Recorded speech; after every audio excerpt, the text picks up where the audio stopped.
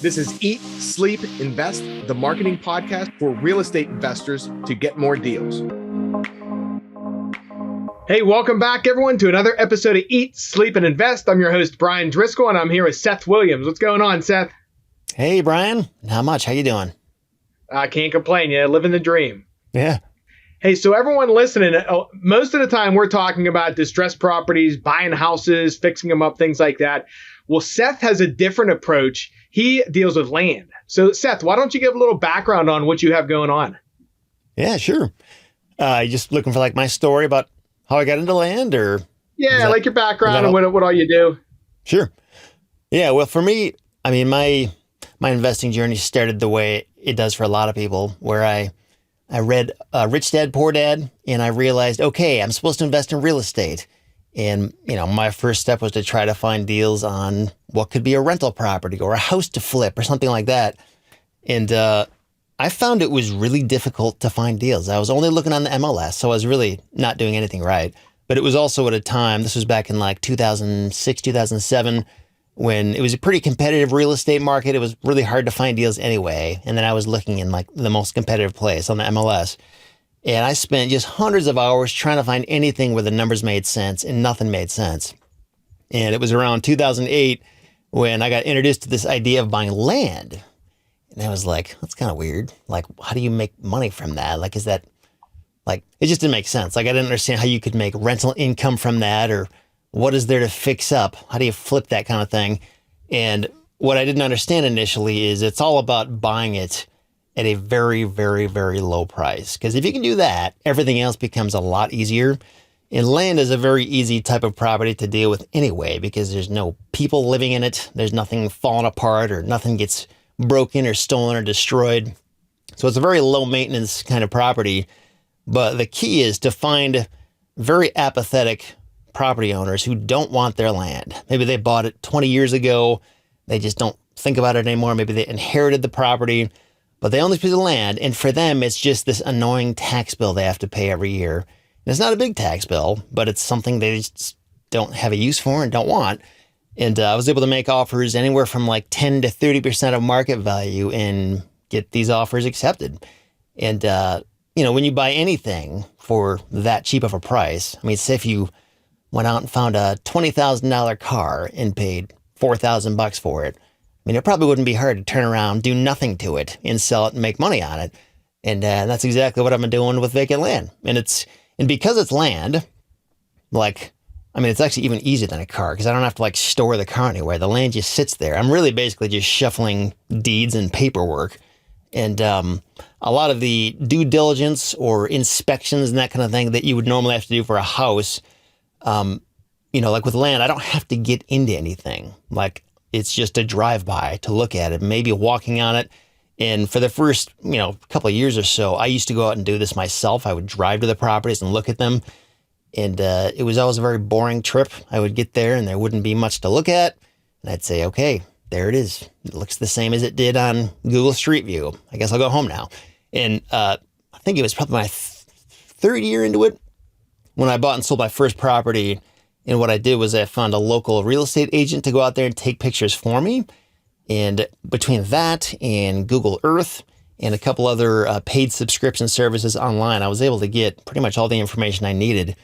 And I bought and sold this thing. And to this day, I've still never seen the property with my own eyes. And it was this big aha moment where I realized I don't really ever need to go and see these things anymore. Like, I could do this anywhere as long as I can get the information I need online.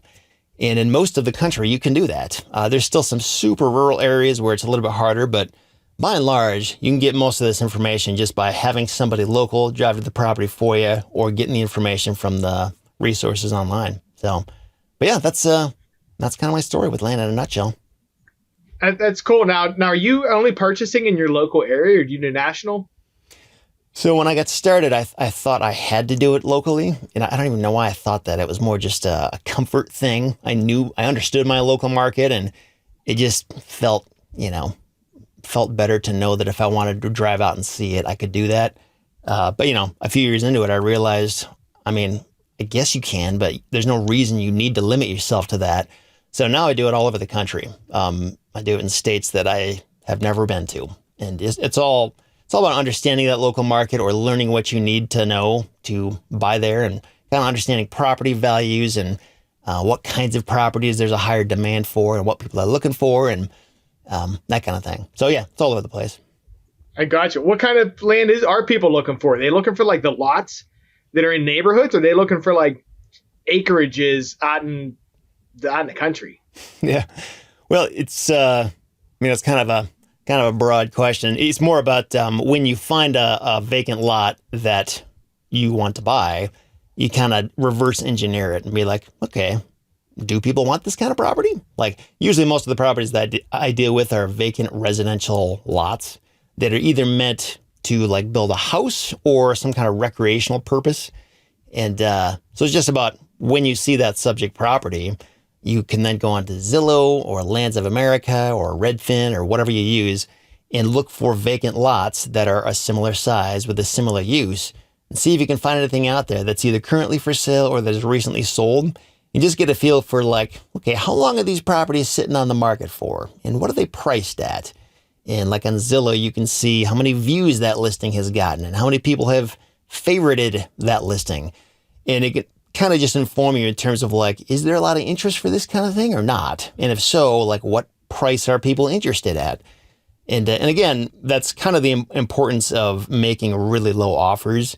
Because one interesting thing about land is that it's actually a very difficult type of property to value. It's probably the hardest one because a lot of the data that an appraiser would need to come up with this valuation, it's either really hard to get or it just doesn't exist for vacant land.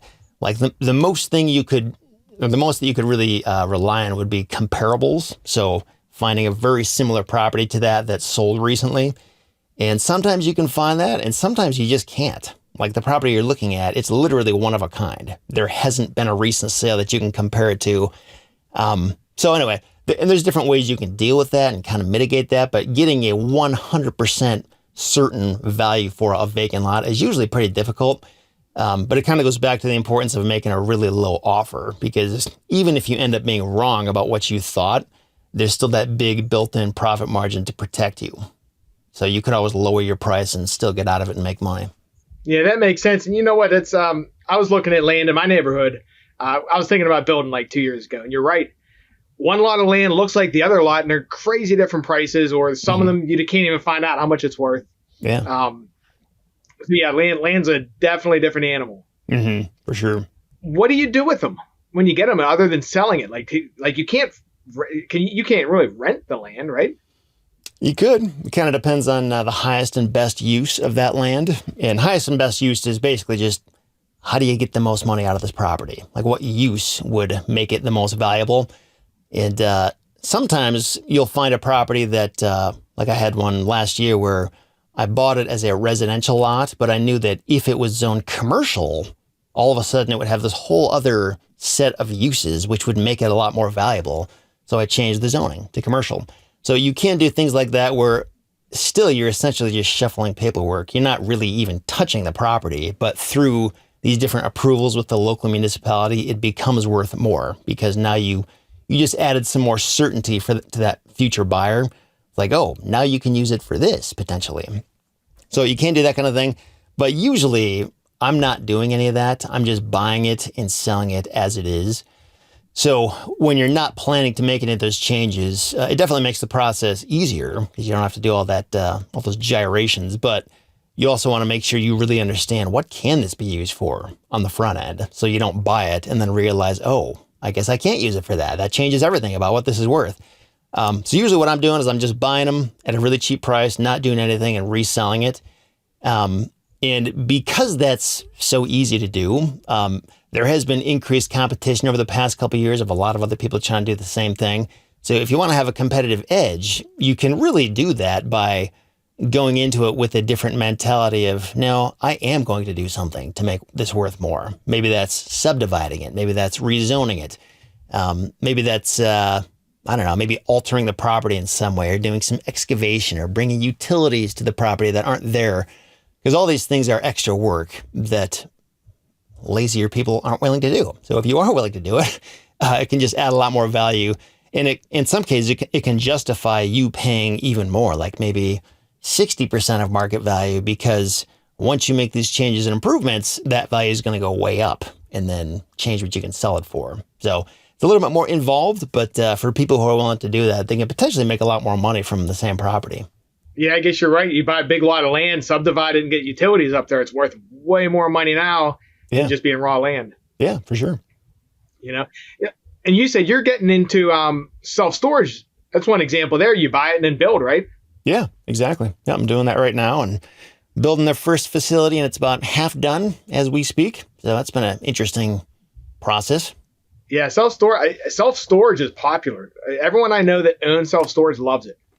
Yeah, I think it's, I don't know if it's in a bubble right now, but just like thinking back to 5 and 10 years ago compared to today, I just feel like there's a trend of a lot of people trying to get into it. And it's probably like anything where people have realized like, wow, these things are cash cows and they're not that difficult to build or maintain. They're just a very simple type of structure. And I think another thing that has made it a lot more popular and, profitable is a lot of new software has come out that makes these kind of facilities easier to manage from home. It still requires some on-site presence from time to time, but it's just a lot easier to collect payments and to manage leases and all this stuff. And it's made it kind of a better, more profitable, easier business to run. So yeah, I would agree. I think it is pretty popular, and I don't know when that growth is going to stop. I'm sure at some point it's got to level off, but I feel like there's definitely been a boom over the past few years. Yeah, you're right on the tech too. Because that's what I always thought. Self-storage units, I'm like, I don't want to talk to because they turn over quickly. I mean, some people stay a while, and you're constantly renting them. I'm like, I don't want to deal with that stuff. But yeah, you're right. But you don't even have to go most of the time. People just do it right online. Yeah, I have heard, and I guess my limited experience so far is that the turnover rate has a lot to do with, I guess, time of year and also the size of the unit. Like if you're getting a little closet size unit, it's easier to pack up all that stuff and get out. And usually people who only need that much space, like it's not a long-term need, but the bigger the unit, I mean, it's more of an investment in terms of like how much stuff you're piling into that thing and then how difficult it will be to get it out. So I think the smaller units do turn over quickly or quicker. Yeah, that would make sense. So now, how are you finding the people that want to sell their properties or sell their land? Yeah, so historically, it's mostly been direct mail, and that's for somebody who's trying to get into this business and they have no existing presence anywhere, and they just want to find people and get the ball rolling. Direct mail is usually the simplest way to make it happen, but it's also, it can be fairly expensive, and the success of direct mail has a lot to do with like the quality of your list and then what you're saying to these people. Sometimes, like in the past, I've tried sending out blind offers where I figure out, and it's a very imprecise way of doing it. But essentially what you're trying to do is just figure out who's really motivated to sell. I'm going to figure out, property sizes and kind of come up with a math equation to give a certain offer based on how many acres they have, based on the zip code or the subdivision they're in. And and they're crazy offers. They're, maybe 30% of market value or something like that. So if somebody's not really motivated to sell at that kind of price, they're just going to throw the thing away and laugh. But that's fine. Really what I'm looking for is that small segment of people who are like, yeah, I do want this cash and I want to get out. And they just sign the agreement and send it back. Another way to do it is to send more of a neutral letter where you're not making an offer in that first piece of mail. You're just saying, hey, I'm looking to buy land and I see you own land. Give me a call if you want to sell it. And then they'll call you or send you an email or go to your website. So that's how a lot of people get started. I've got a buying website now where people can go to my website and fill out a form and answer a lot of the same questions that I would be asking them anyway if we got on the phone, and submit them to me that way. And that way I can get back to them a lot faster. So that's actually where I get a lot of leads these days. And that's kind of where I want people to go because it saves me a ton of time and makes it a lot faster. But it is a little bit less personal than getting on the phone with them. So, right. Yeah, we tested some online for land leads before. And yeah, online's pretty good. There are a lot of people on there motivated that want to sell, For sure. What are some of the reasons? So obviously the people that just forgot about the property just want to get rid of it. What are some other reasons that people would want to sell at such a big discount? Like, what do you see out there? Yeah, well, it's a good question. So yeah, besides just kind of something they bought and forgot about or something that they inherited, sometimes it's a money issue where like they literally don't have the money. Although that's a lot less common with vacant land because the property taxes on vacant land are usually very, very cheap. And you can't really get a bank loan to just buy a vacant residential lot and sit on it. You can if you're planning to develop it, but if you just want to own land indefinitely, a bank is not going to finance that in most cases. So these people own the land free and clear. It's not like financial distress is the cause necessarily, but sometimes it might motivate them to say, you know what, I need cash. I don't need this land, so let's sell it.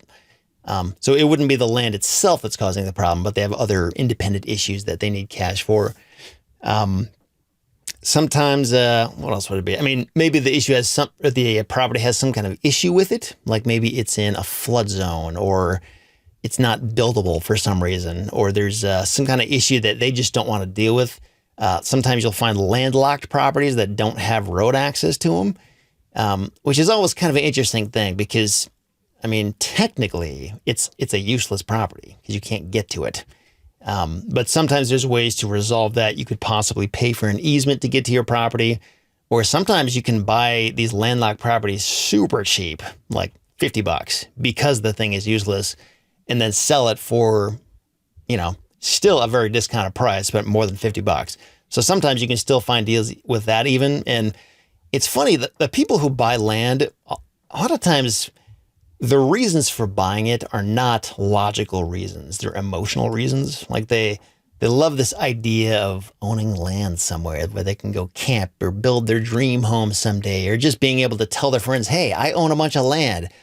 And so like it doesn't actually do them any good necessarily. It's just they like the idea of owning land. It's kind of this aspirational thing they want to buy.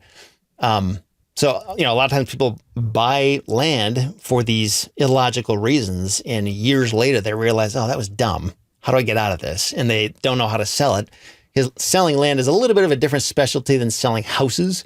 Like if you just take a vacant lot to a residential house realtor, in many cases, they're not really going to understand what to do with that because it's not really their specialty.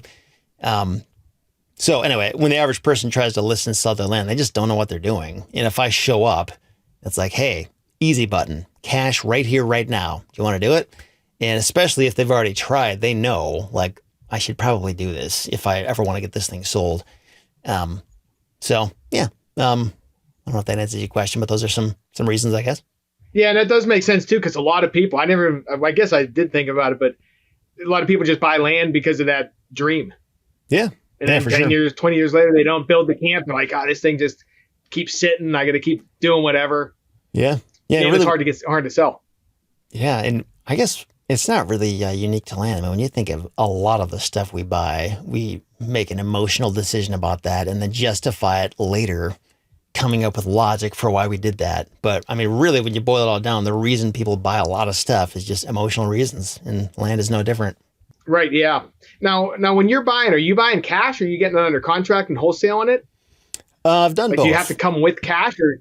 Yeah. I mean, okay. So buying with cash, that's definitely the cleanest, fastest, easiest way to do it because it's just get in, get out. Like there's not a whole lot of haggling or like you don't have to explain a whole lot to the seller. Like they just get it.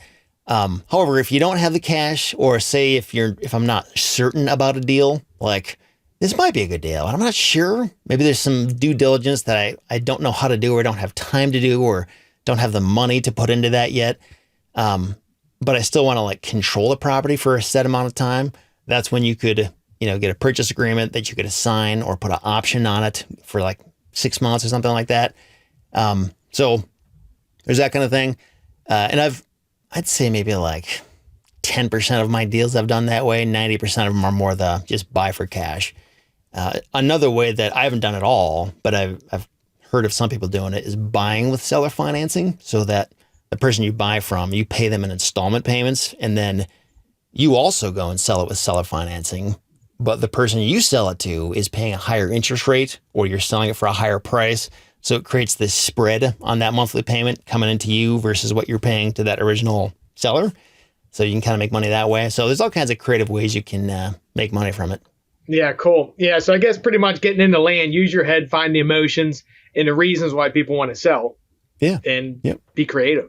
Sure. You got it. So you help people that want to get into investing in land, things like that. What's the best way for people to reach out to you? Yeah. Well, so for the past 10 years, I've been running retipster.com, which is, it kind of started as just a blog where I would share my ideas about what was working and what wasn't working. And I had spent a lot of time kind of struggling and beating my head against the wall, coming up against certain issues that were just a real pain in the land business. But even so, land was still an awesome business to be in. So I basically tried to put together these blog posts and eventually videos, and then eventually podcast episodes explaining a lot of this stuff. So yeah, retipster.com, that's where you can find a lot of this stuff about how it works and how I've managed to figure a lot of stuff out. If you want to contact me, you can scroll to the bottom and there's a little contact button in the footer. It's kind of hidden. But go there and you'll find a page where you can reach out to me. Or you can find me on social media too. Just look for RE Tipster. Nice. Yeah, and there's a ton of free resources on the site. And then also people can buy a course too that pretty much walks step by step through how to do everything, right? Yeah, for sure. Yep. So yeah, like I said, there's a lot of free stuff on retipster.com. But if you're looking for like a comprehensive course that just gives you A to Z instructions on everything, I spent 8 years putting this thing together and I update it all the time. It's a landinvestingmasterclass.com. So just check it out. And if you're interested in that kind of thing, you can learn about it there. Yeah. Well, hey, Seth, thanks for coming on. We appreciate you. Yeah, you bet. Thanks for having me. Hey, and everyone, thanks for listening. Yeah, get out there, crush it, and close some deals.